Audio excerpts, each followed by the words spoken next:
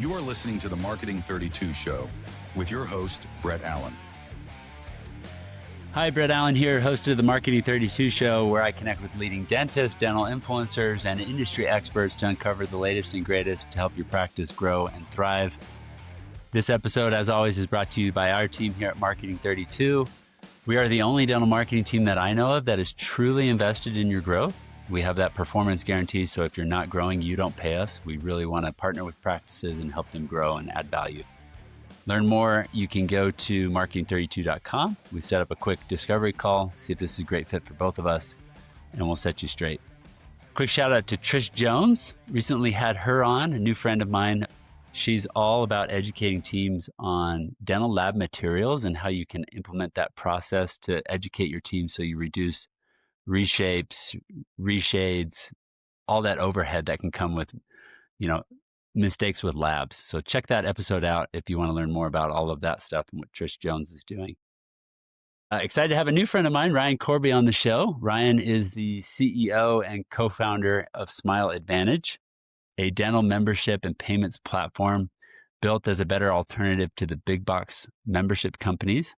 Instead of the per patient pricing and limited flexibility common with the largest competitors, Smile Advantage offers a flat fee, unlimited member model, deeper PMS integration, and smarter automation to help practices keep more of what they earn. Ryan, welcome to the show. Glad to have you on. Yeah, thanks, Brett. I've been looking forward to chatting with you and your team ever since I seen you floating into my sphere of social media somewhere along the way, and I'm glad we're here to actually connect and talk business. Me too. This is fascinating. I didn't realize the impact that memberships can have for a practice. I know we had Megan Lohman, co-founder of Plan Forward, on the show. We talked a little bit about that, and I'm excited to go deeper with you on how memberships can help a practice and how you guys are different. So this will be fun. Yeah, absolutely. Well, I'll kick us off. Just a little bit of backstory about Smile Advantage and kind of how we started. My two business partners are practicing dentists. So, like many great successful small businesses, it was built out of a need to sort of service themselves.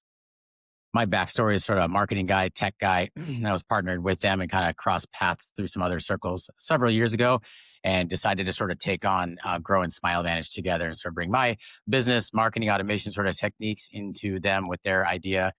But originally, like you said, memberships are a great value for practices, and in their practices, they really started seeing the writing on the wall 2012, 2014, 2015, that, reducing the dependency on insurance and really more going fee for service and membership model was definitely the way of the future, and all the benefits to their practice, which we can kind of get into the weeds a little bit about. But they kind of just started doing memberships on their own, the manual way we call, or the DIY way, and tracking it in EagleSoft and spreadsheets and sticky notes and all that fun stuff.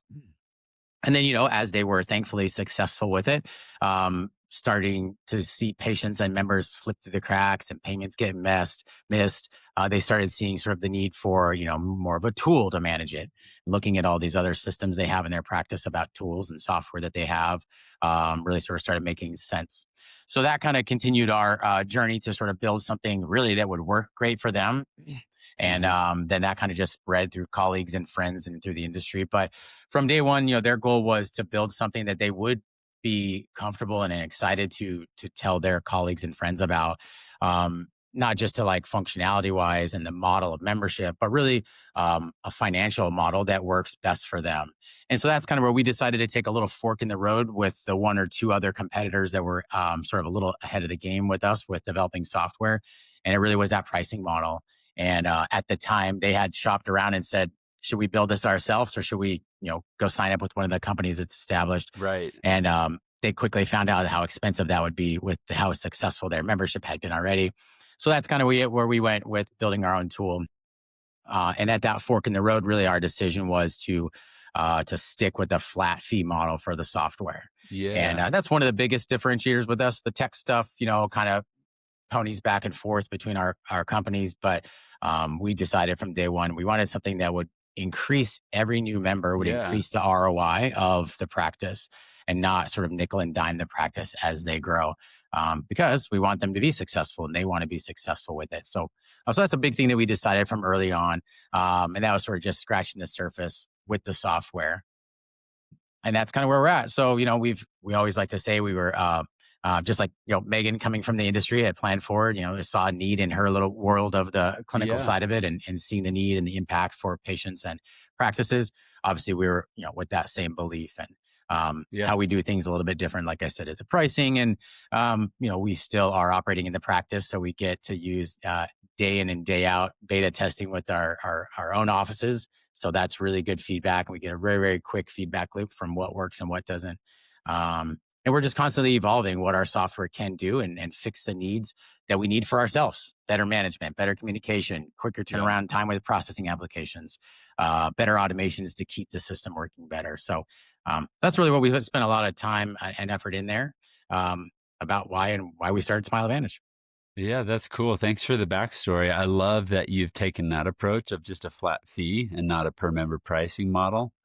I can think of so many different software tools out there that the practice has to incorporate just because it's smarter, but that just adds to the overhead. All these different analytics tools, patient messaging, PMS, review generating platforms. There's so many different softwares that are entering the dental space, and you know, it, I had one of our clients talk to us. He's like, "Man, I wish there's like a one shop, everything in one." But I think the downfall is you wouldn't have as great of a tool, right? I Jack agree. of all trades, master of none.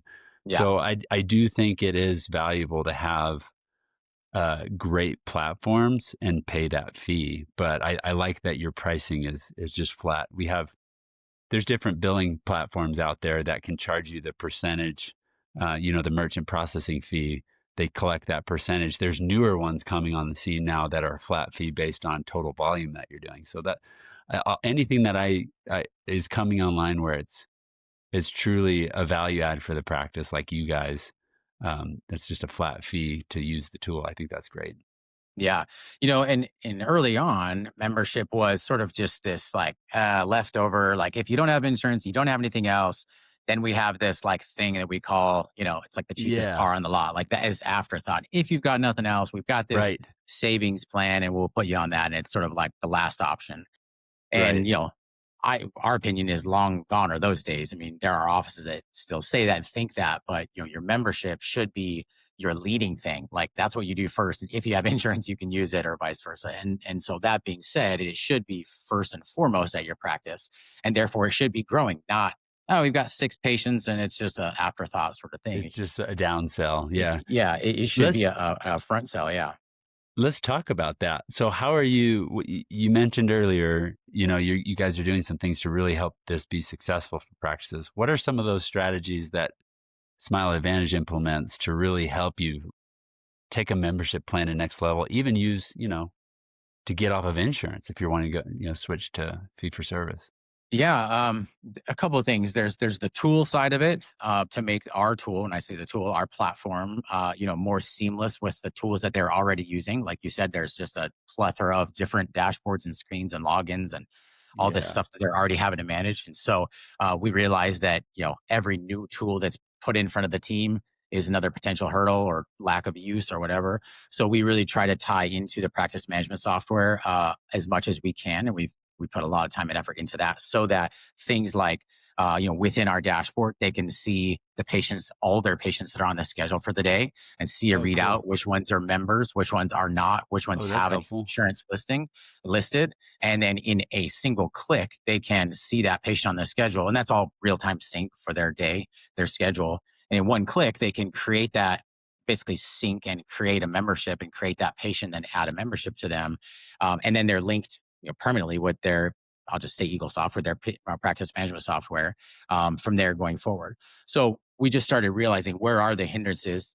They talk about their membership to patients, and patients say, I want to sign up. And if that's complicated and they have to log in here and do that, it's less likely that they're going to do that. So we're trying to figure out, how do we remove those roadblocks? What is the natural flow and the workflow of the practice? And so that's just we call that today's appointments. And, not only helping them create new patients, it's showing what opportunity they have, Yeah. but To also upsell. Yeah. in that Sell same them. screen, yeah, it's a very easy upsell. And they know that, okay, Ryan Corby's coming in at 9 o'clock today. He's in here for an emergency exam. And it shows that right on that, the schedule listing in our platform. And then the team can think, oh, cool. Hey, let's talk to Ryan when he comes in today. He's not on the membership. He doesn't have an insurance and he's here for an emergency exam. Let's make sure we talk to him about the membership. And then one click and they can do that. Yeah. The other is, as smart as the software can be, there's still patients that totally skip their billing or they don't pay. And another hurdle for practices is servicing the patients or treating the patients that in theory don't have an active membership. So if their payment failed or whatever. So, again, they should check the dashboard, and our dashboard will show if a patient's inactive or expired or lapsed or whatever. And then in theory, the front desk should say, hold on, we need you to pay before we treat you, sort of idea. We saw that as a hurdle. So back to that today's appointment screen, it shows a patient that's on the schedule that is expired. So it'll also say, Brett's coming in at 2:00 today, and that's a big red flag. PMS has some flags that will pop up. His membership is expired. He's on the dental adult plan. His membership is expired. So let's catch Brett when he comes in here and make sure he's brought up to speed. So again, serving that information up to them, very clear, very easy. They can take action if they need to or want to, but they're not required to take some action as well. So again, just kind of those are the little nuances that we really try to understand the real workflow of the practice and what are the pain points that they have and what's realistic that they are going to do and follow up with, and then truly just try to make that as easy as possible. Yeah, that's cool. Yeah. Do you have any advice for our listeners in terms of, okay, I want to implement a membership plan, or maybe I'm new at implementing it. I just got started. How do I get this out there? How do I get patients to say yes to this? How do I let them know about it? And what kind of best practices are there to really sell and grow a membership plan? Yeah, I really see two ways, and I think this is just in general for growing practices. I'll kind of speak to what we do more internally side, and then I'll throw it back to you, being marketing guy, to talk about the external side of marketing. But when the clients sign up with us, we do kind of help them with some internal marketing sort of resources. When they decide what their whole membership is going to be, we design some brochures for them, some sign-up forms, some postcards. We give them, that's another thing that we do a little bit different. We fully customize those printed brochures. We ship them to the practice. It's all branded for them. That's part of their membership with us, is they get that so that they're handing those out to patients, whether they're going into hygiene bags or just putting them on the counter. So they have that sort of internal component or media that they can market to patients. And then we also have sort of a marketing library of other internal marketing sort of things. If they use something like, dental intel engagement or RevenueWell or Weave, we have a couple of email templates and some sort of content that help them promote their membership internally to their patients. And if they really want to go next level, they can sort of get into the weeds with some of that filtering to send email blasts themselves to uninsured patients or to everyone, or at open enrollment time. We see a pretty effective route is at open enrollment. Everybody sends out their expiring insurance or end of the year benefits or open enrollment, right? Yeah, we're approaching that time. We have some really smart offices that also use that to say, hey, if you have insurance, it's going to lapse or expire or whatever. However, before you renew your membership, your insurance, you should consider dropping your insurance and switching to our membership. And here's the reasons why. And they sort of catch them at that open enrollment, off ramp on insurance and on board to their membership. We have some offices that are very successful with that. So using that way as well. So, and then just sort of social media content. So helping them mostly get their internal patient base, because, they have a large patient base. So it's to either identify all the uninsured patients that they already have access to, or try to cross promote on the internal side. But I'd love to hear from you, with the practices that you work with that are successful. We work with marketing companies. They say, we love promoting memberships because it's a great asset to promote. So we're kind of new in promoting the membership in our internal marketing efforts. We have a great team. We call it pipeline team that does internal marketing, not only to new leads that are coming in. So if you're running any kind of marketing and you're leveraging membership or whatever marketing you're doing, and these leads are coming in, we have an awesome team that will text those leads and handle all of that communication for the front desk, which often can be a lot to actually follow up and stay on top of those leads. But we also use that team to market to existing patients. And so we're in the middle of piloting and testing a campaign to existing patients to promote membership plans. So I was going to ask you, I know you do emails. I think there's a lot that we can do with email, but the open rate and success rate from what we've seen with email is a lot lower than text.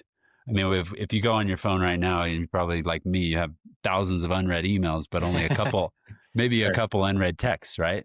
sure. So I'm curious if we don't have all the data pulled together yet to really recommend texting your patients for membership and how that performs best. But have you guys tried texting patients and doing that, using that channel to market a membership?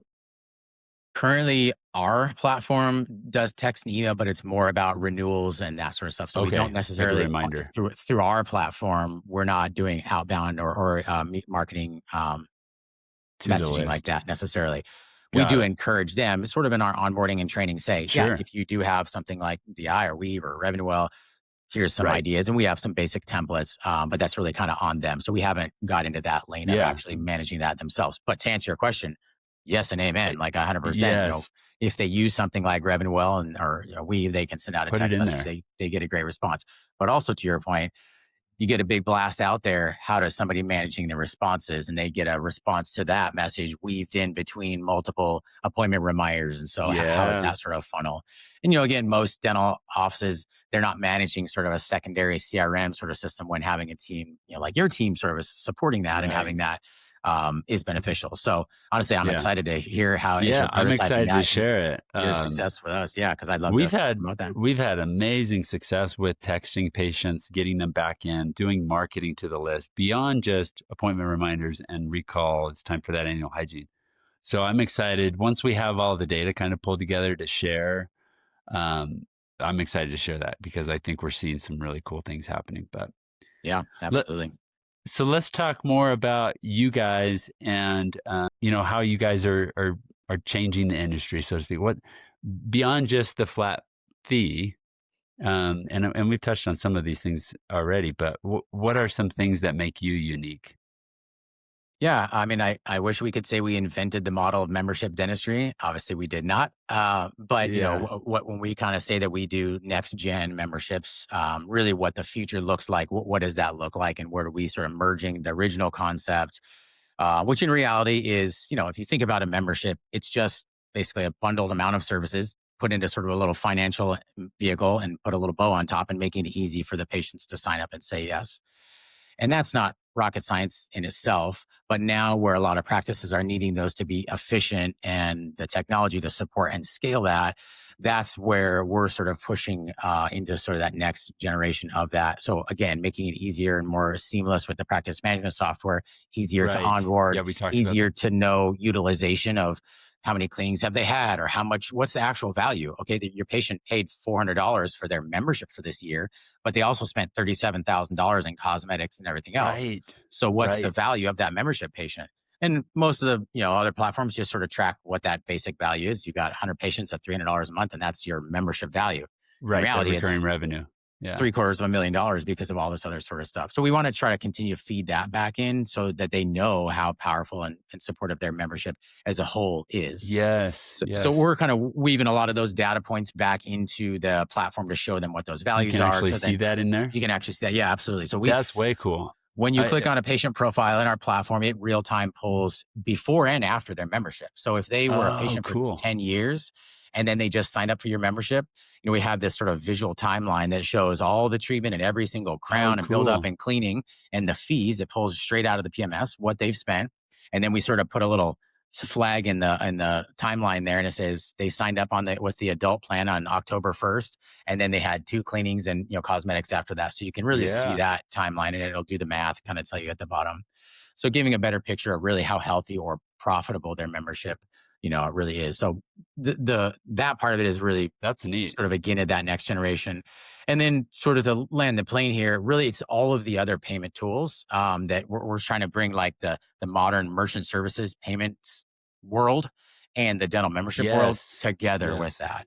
So again, some of the other companies just, you sign up with them and they set you up on a Stripe account, and Stripe sort of just runs the automated recurring memberships, and that's about it. We are baking in all kinds of stuff. If you have a card that expires, instead of, your patient's on a recurring membership and their membership is due to renew October 1st, but the card that they have on file expired in August, well, then the system Right. would go to run the card. It fails. Now we're having to play catch up and renew it. But what we'll do is actually see, okay, we know that Ryan needs to renew October 1st. His card expired August. So let's start trying to collect and have him revault or restore. We have full PCI compliant, vaulted cards. Let's try to restore that card before we need to charge it again. And then that has dropped the failure rates significantly just by kind of proactively making sure that the card has failed. So super little, like simple thing, but it's been had massive implications because it's keeping the payments sort of flowing. Yeah.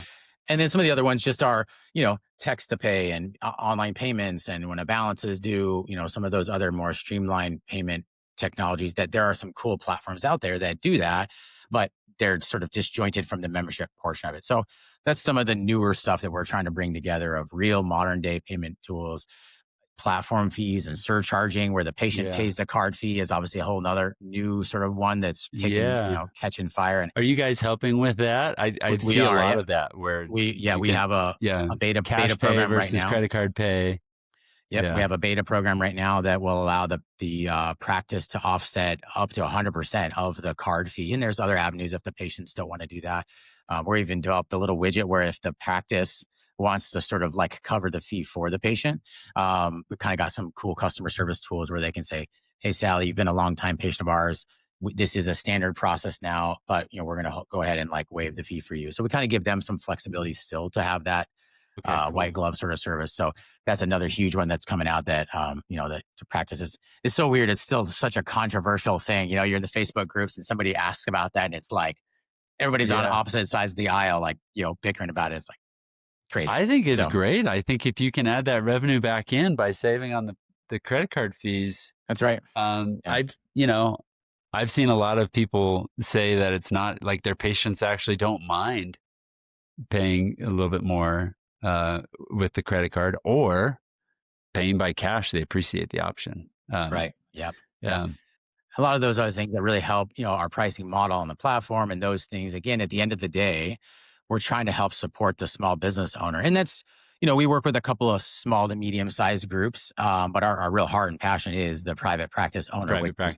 It's just getting harder and harder and harder for them to compete. And so because we are a small business, those are the things that we want to do and help them to be successful to sort of compete against, large DSOs that are extremely efficient with all that stuff and have a lot of those tools and things in place.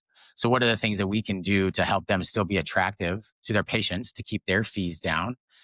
It's little things like that. So you're right. If a practice can offset $5,000 a month in credit card bills and keep their treatment fees low, then that's a win-win for everybody. So would you rather pay, $20 extra on your $400 bill to then have the overall bill down? And so there's a whole rat's nest there too about the membership model and how a lot of practices kind of think, well, why would I give my patients a discount?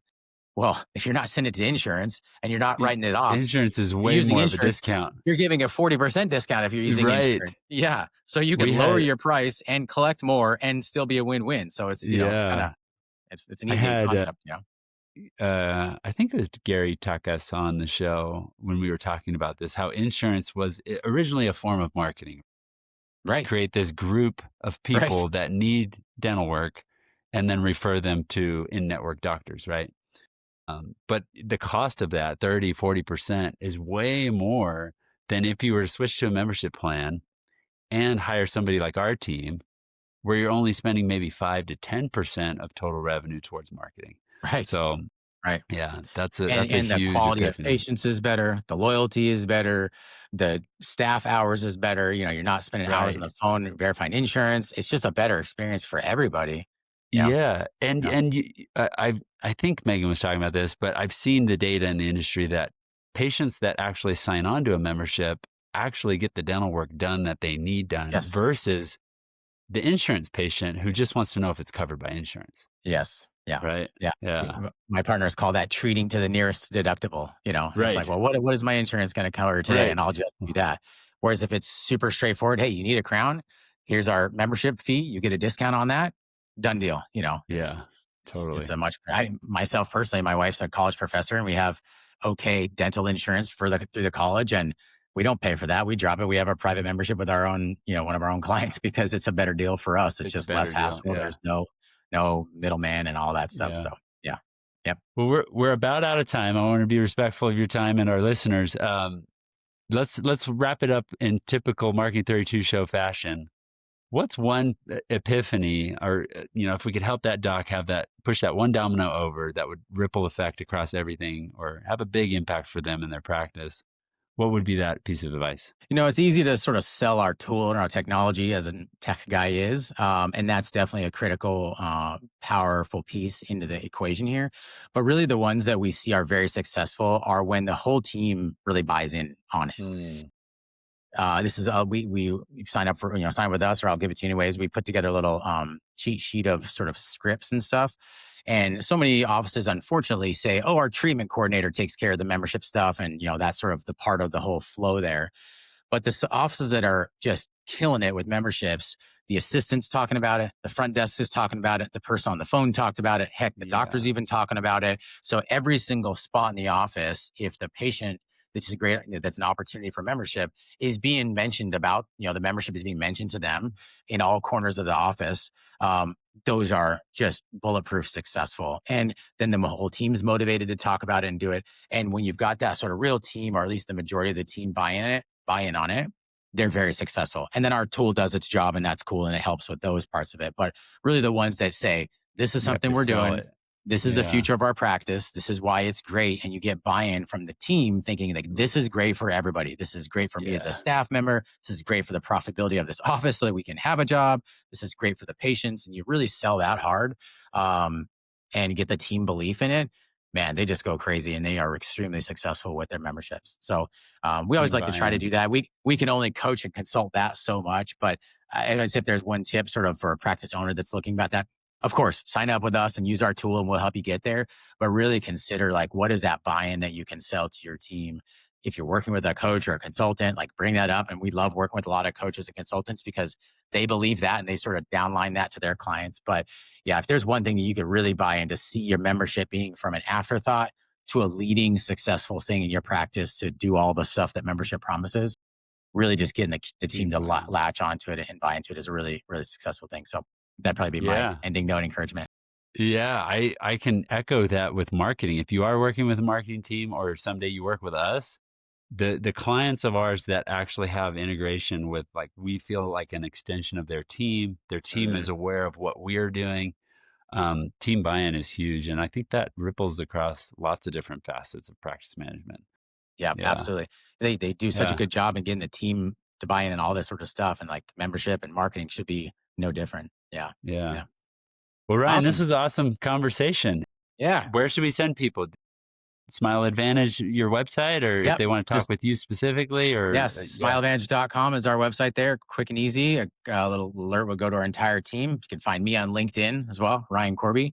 And I'm sure we'll have some links in the show description and stuff like that. But yeah, Yeah. my team's here. I'm always available for a call and get you Great. connected. Great. Yeah, we'll put that in the show notes so you guys can connect with Ryan on LinkedIn, as well as the website, smileadvantage.com. Thanks again, Ryan. This was fun. Thanks, Brett. Really appreciate the invite. Yeah. Until next time, everybody on the Marketing 32 Show, have a great day, and we'll see you next time.